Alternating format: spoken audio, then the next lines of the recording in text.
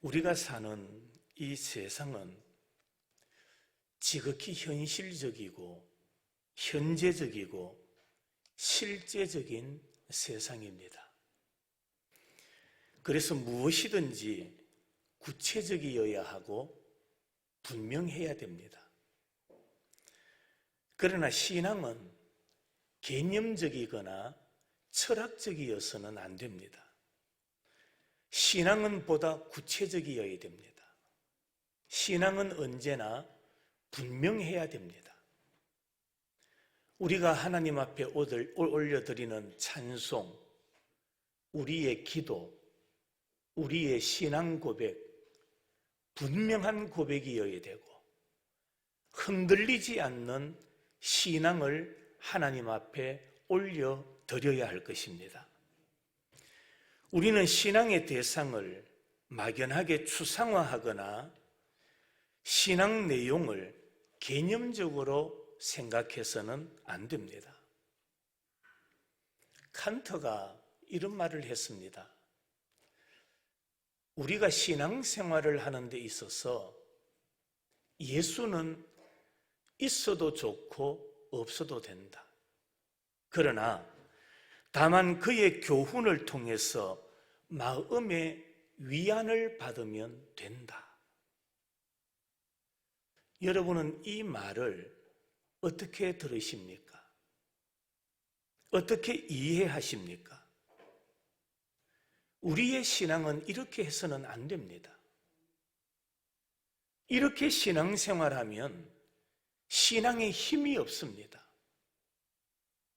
이렇게 신앙생활을 한다면 능력을 얻을 수가 없습니다. 신앙의 확신을 가질 수가 없습니다. 여러분, 신앙은 마음의 위안이나 받고 소일하기 위해서 신앙생활하는 것 아닙니다. 어떤 사람은 이런 말을 하지요. 마음이 허전하니 예수나 믿어보자.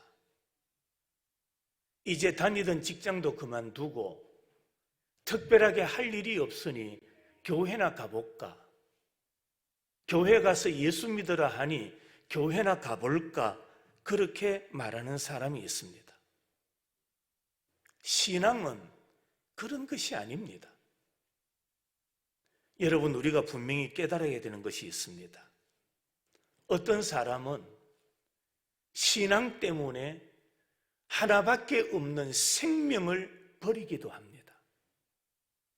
신앙 때문에 생사의 기로에서 죽음을 택하는 사람들도 있다는 것을 우리는 깨달아야 합니다.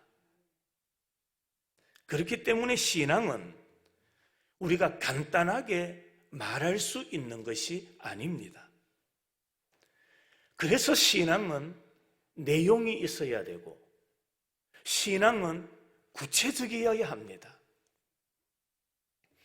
오늘 여러분에게 봉독해드렸던 본문 말씀에 보면 예수 그리스도로 말미암아 우리에게 주어지는 선물이 있다라고 말씀합니다.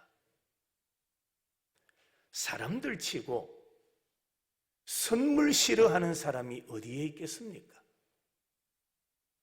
남녀노소 어느 누구도 제외 없이 선물을 싫어하는 사람은 없을 겁니다.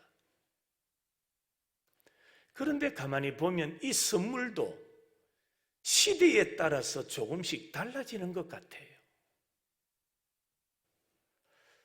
과거에는 자녀가 첫 직장에서 첫 월급을 받으면 부모에게 선물을 합니다. 무슨 선물이었습니까? 내복이죠. 내복도 어떤 내복? 빨간 내복. 왜 빨간 걸 드렸을까요? 왜 첫 월급을 받아가지고 빨간 내복을 부모님에게 드렸을까요? 어쨌든 그 당시는 그렇게 선물을 했어요. 아직도 제가 기억나는 게 결혼을 앞둔 어떤 남자가 이제 장인이 될 분을 만나러 갑니다. 요즘은 식당에서나 카페에서나 이런 곳에서 만나지요. 그런데 과거에는 전부 집을 방문했지 않습니까? 장인 되실 분을 만나러 갈 때 선물을 들고 갑니다. 뭘 들고 갔습니까? 우리 예수 믿는 사람들은 안 그랬을 거예요. 안 믿는 사람들 대부분은요, 대병 정종 들고 갑니다. 맞지요? 정종 들고. 명절이 되면 자녀들이 다른 선물도 있겠지만은 대병 정종을 들고 고향을 방문하는 모습을 저는 많이 봤습니다. 요즘은 그렇게 하시는 분 있나요? 없습니다. 요즘은 최고의 선물이 뭔지 아세요? 뭡니까? 남녀노소 할 것 없이 뭐니 해도 최고의 선물은 뭐니다? 돈인 거예요. 봉투인 거예요. 부모님에게도 찾아뵈면서 두둑한 봉투를 드리면 좋아합니다.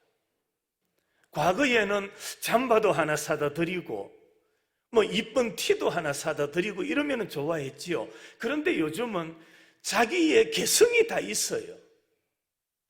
그래서 직접 사 입으실 수 있도록 봉투를 준비하고 최고의 선물은 돈이다, 봉투다, 그렇게 이야기합니다. 우리가 예수를 믿으면서 하나님께서 우리에게 주시는 선물이 있어요. 가장 큰 선물은 구원입니다. 죄인된 우리에게 영원한 하나님 나라 생명을 주신 것, 이것은 그 무엇과도 비교할 수도 없고 바꿀 수도 없는 최고의 선물, 그것이 무엇이라고요? 구원입니다. 그래서 우리 성도들은 신앙생활하면서 이 구원의 확신을 잃어버리면 안 됩니다. 한번 따라 하실까요? 나는 예수를 믿음으로 구원받은 사람이다. 믿으십니까? 나는 구원받은 하나님의 백성이라는 이 사실을 우리가 잊어서는 안 됩니다.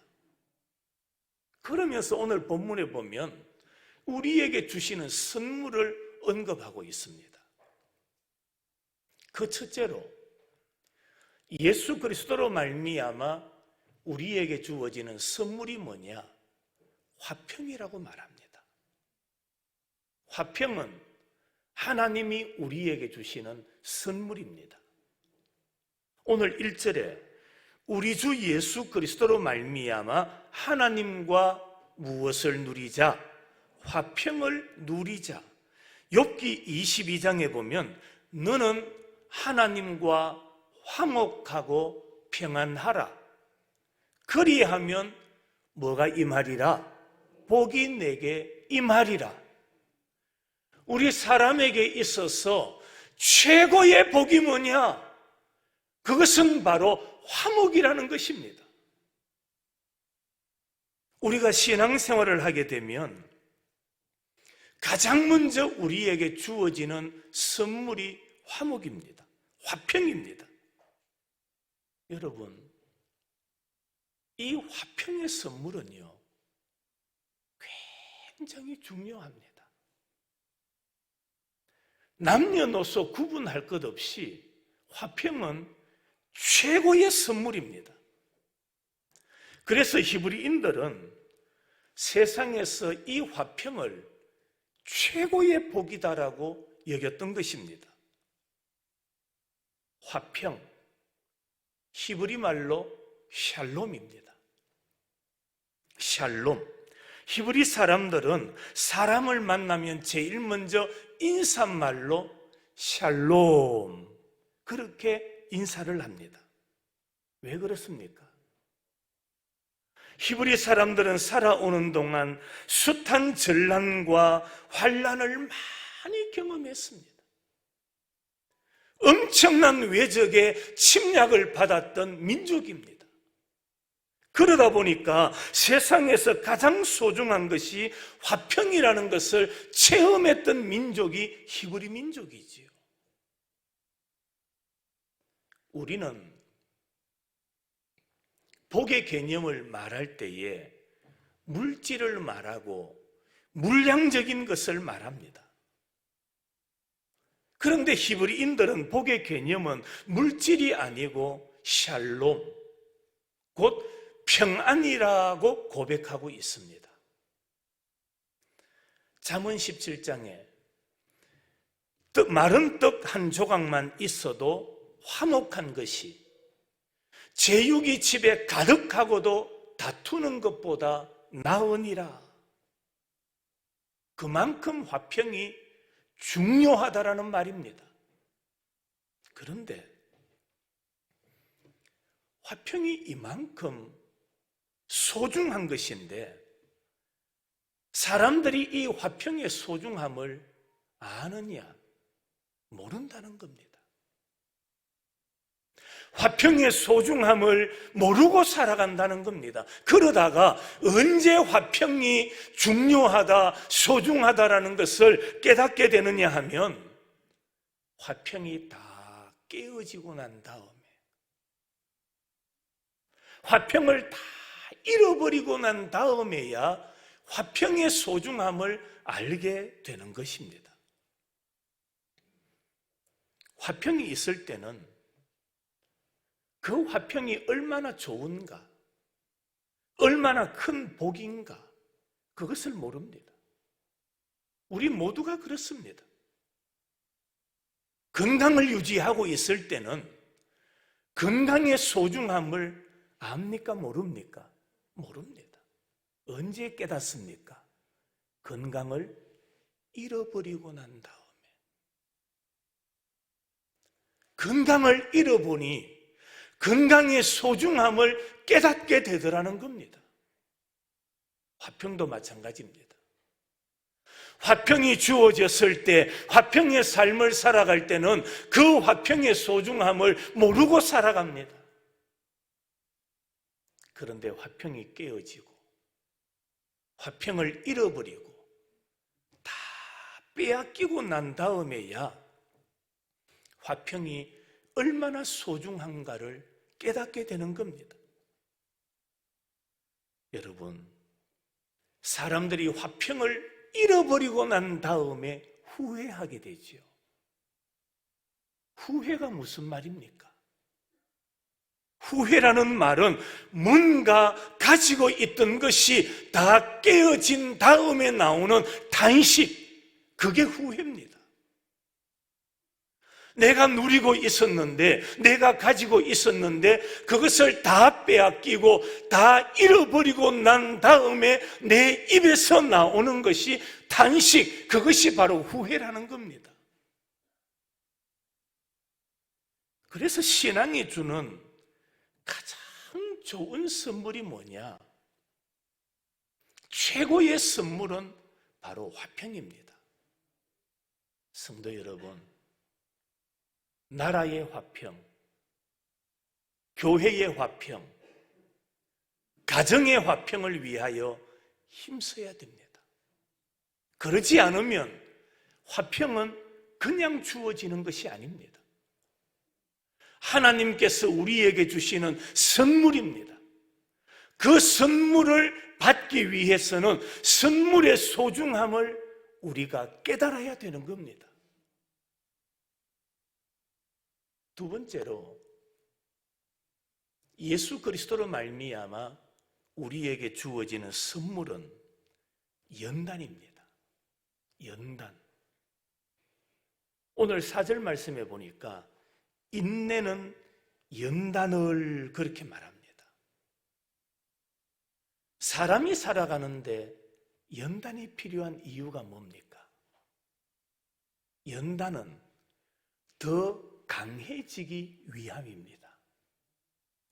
하나님께서 우리에게 연단을 주시는 이유가 뭡니까?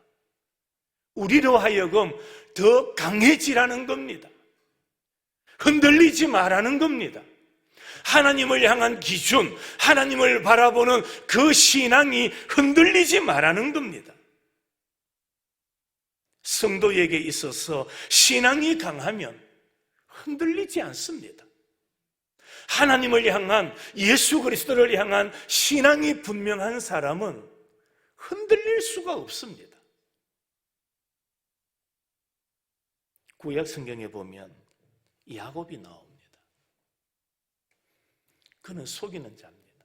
사기꾼이었습니다. 그런데 그가 많은 연단을 받습니다. 그리고 그 이름이 바뀝니다. 무엇으로? 이스라엘로.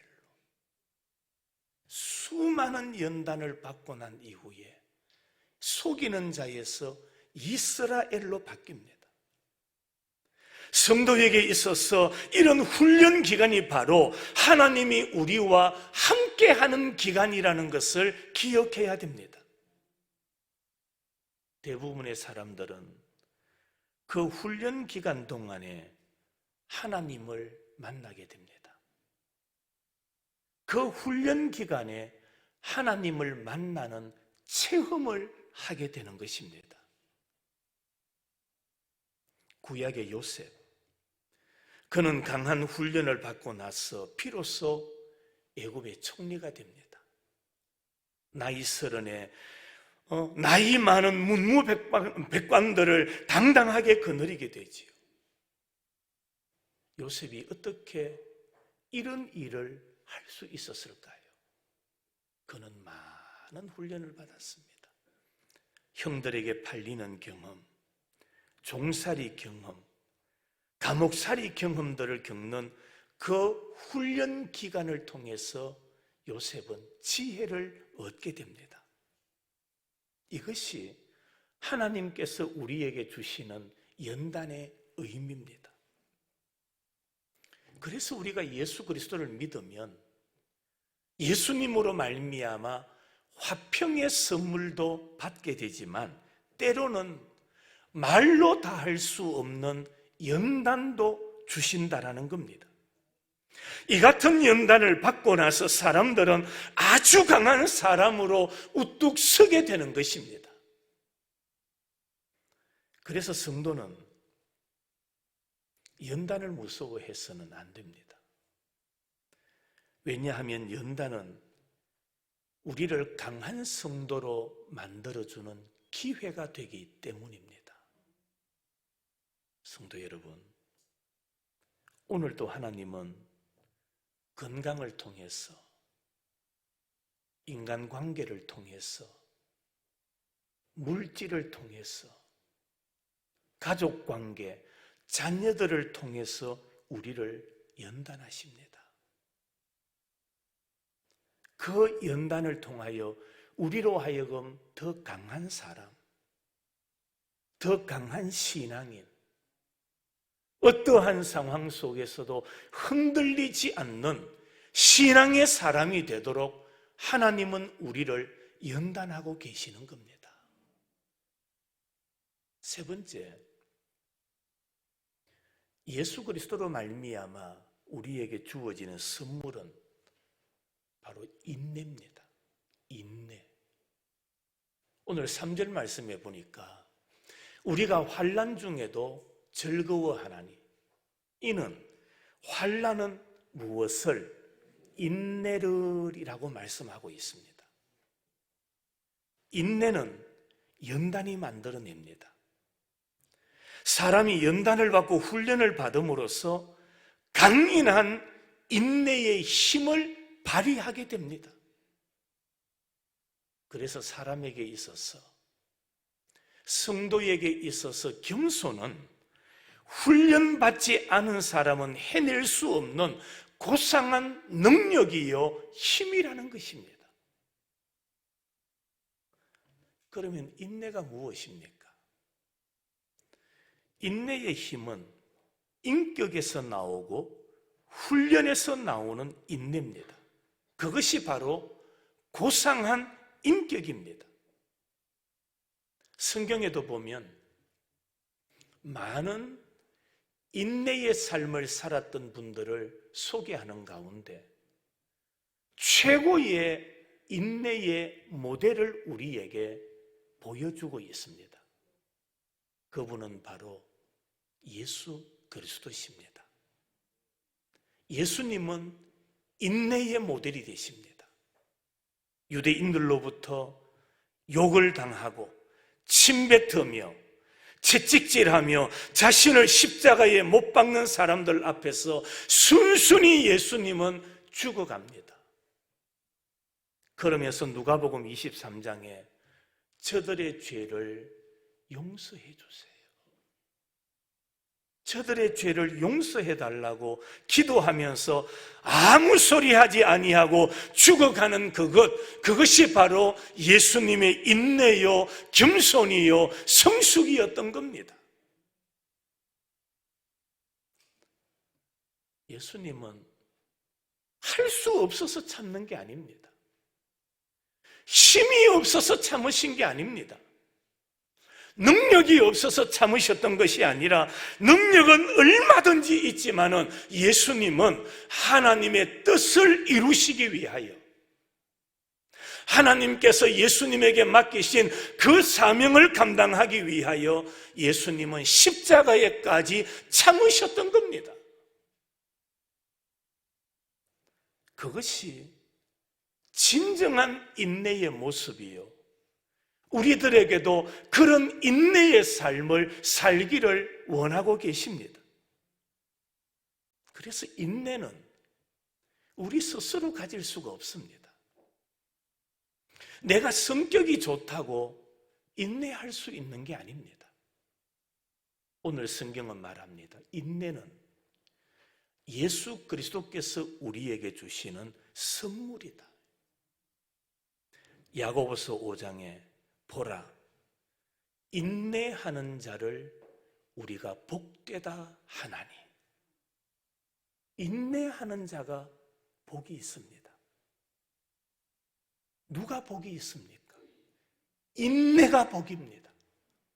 인내하는 사람을 복이 있다라고 말씀합니다. 갈라디아서 5장 22절과 23절, 성령의 열매를 말씀하지요. 오직 성령의 열매는 사랑과 희락과 화평과 그 다음 오래 참음과 자비와 양성과 충성과 온유와 절제니 이 같은 것을 금지할 법이 없느니라. 믿으십니까? 성령의 열매 가운데 사랑이 나옵니다. 화평이 나옵니다. 오래 참음이 나옵니다. 오래 참음은, 인내는 하나님이 인내하게 해 주셔야만 우리가 인내할 수가 있는 겁니다. 성령의 열매입니다. 하나님이 우리에게 주시는 선물입니다. 오늘 우리 모든 예배자들에게 하나님께서 이 같은 선물을 주시기를 주님의 이름으로 축원합니다. 우리가 이 선물을 받고 나는 예수 그리스도로 말미암아 이 선물을 받은 자다라는 그 믿음과 확신을 가지고 이 성전을 내려갈 수 있기를 바랍니다. 그렇습니다. 주님은 우리에게 많은 은혜를 주셨지만은 그 은혜 가운데 우리로 하여금 인내하는 인내의 선물을 지금도 주고 계시는 겁니다. 마지막으로 예수 그리스도가 우리에게 주시는 마지막 선물, 오늘 본문에 보니까 그것은 소망이라고 말합니다. 소망. 오늘 4절이죠. 연단은 무엇을? 소망을 이루는 줄 알미로다. 하나님이 주시는 선물이 바로 소망입니다. 사람들이 신앙생활 한다고 하면서 예수 믿는다고 말하면서 자꾸만 흔들리는 이유가 뭡니까? 신앙의 갈등을 겪는 이유가 뭡니까? 신앙이 분명하지 않아서 그렇습니다. 신앙에 확신이 없어서 그렇습니다. 우리 성도들에게 있어서 천국의 소망, 천국의 신앙 얼마나 소중합니까? 천국의 소망이 우리 성도들에게 얼마나 귀합니까? 성도는 언제나 천국을 확보하고 살아야 됩니다. 성도들은 언제든지 내 안에 천국의 확신을 가지고 사는 자가 되어야 됩니다. 천국이 있으니까, 천국을 확신하니까 수많은 신앙의 사람들이 당당하게 순교의 길을 걸어갈 수 있었던 겁니다. 많은 순교자들은 한결같이 천국에 대한 소망 때문에 기쁨으로 순교를 당했던 겁니다. 사도 바울이 고린도전서 15장에서 이렇게 말합니다. 만일, 우리 같이 한번 읽을까요? 만일, 시작. 만일 그리스도 안에서 우리가 바라는 것이 다만 이 세상의 삶뿐이면 모든 사람들 가운데 우리가 더욱 불쌍한 자이리라. 보세요. 만일 그리스도 안에서 우리가 바라는 것이 이 세상의 삶뿐이라면, 뭐가 없다면 천국이 없다면 우리가 가장 뭐한 사람이다? 불쌍한 사람. 여러분, 이 세상에 삶밖에 없고 천국이 없다면 우리는 가장 불쌍한 사람이지만, 반대로 뭐가 있으니 천국이 있으니 우리는 가장 뭐한 사람이다? 복받은 사람이다. 할렐루야. 천국이 없다면 우리는 가장 불쌍한 사람이지만 천국이 있기 때문에, 분명히 예수 그리스도께서 예비하신, 믿는 자를 위하여 예비하신 손으로 지은 집이 아니라 하나님께서 예비하신 집이 있기 때문에, 천국이 있기 때문에 성도는 가장 행복한 사람임을 믿으시기를 바랍니다. 천국이 있으니까 행복한 거예요. 그래서 우리 기독교는 천국이 있기 때문에 죽음 앞에서도 찬송하고, 천국이 있기 때문에 죽음 앞에서도 감사하는 종교인 겁니다. 이 세상의 삶뿐이라면 우리는 가장 불쌍할 텐데, 천국이 있으니 얼마나 행복한 사람입니까?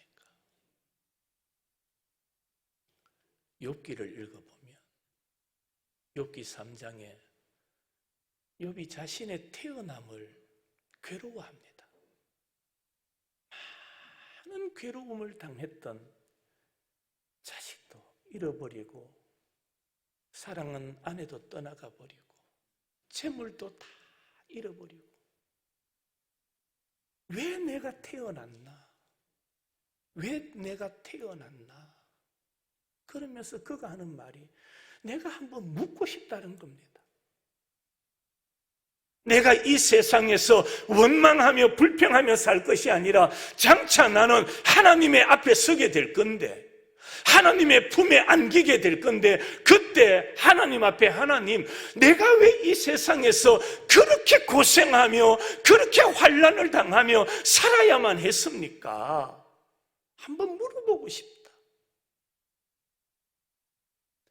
욥이 그 많은 환난을 이길 수 있었던 이유가 뭐냐? 천국이 있음을 확신했기 때문에, 하나님의 품이 있다라는 것을 그는 깨달았기 때문에 이 세상의 삶을 원망하지 아니하고 불평하지 아니하고 견디며 인내하며 소망을 가지고 살아갈 수 있었던 겁니다.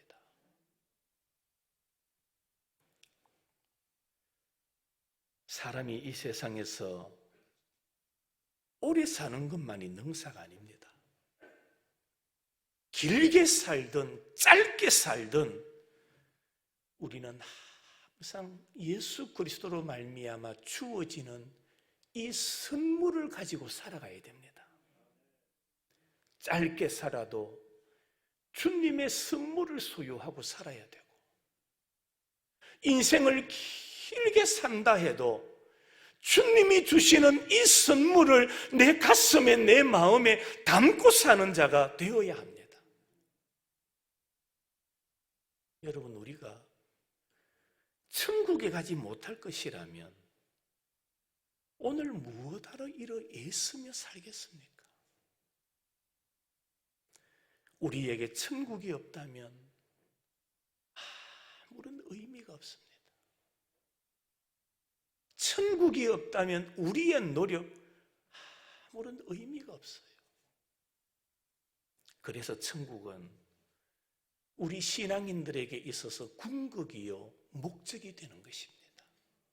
말씀을 마칩니다. 예수 그리스도께서 우리에게 주신 참 좋은 선물들이 있습니다. 화평입니다. 인내입니다. 때로 연단의 아픔을 주기도 하지만은 그 연단으로 하여금 우리로 하여금 강한 힘을 얻게 하십니다. 그리고 천국의 신앙을 소유하게 됩니다. 여러분, 이런 선물들이 우리에게 있기에 우리가 예수 그리스도를 알고 예수 그리스도를 믿으며 산다는 것이 얼마나 행복한 일입니까? 아멘 되십니까? 우리가 예수 그리스도를 믿고 사는 것이 얼마나 행복인지 모릅니다. 얼마나 큰 복인지 모릅니다. 예수 그리스도를 믿는 믿음은 구체적이어야 됩니다. 분명해야 됩니다. 우리의 신앙은 성경적이어야 합니다. 우리 모두 이 같은 주님의 선물을 풍성하게 공급받아 이 선물을 받아 세상을 그 누구보다도 확신 있게 분명하게 주님을 바라보며 살아가는 우리 성도들이 되시기를 주님의 이름으로 축원합니다.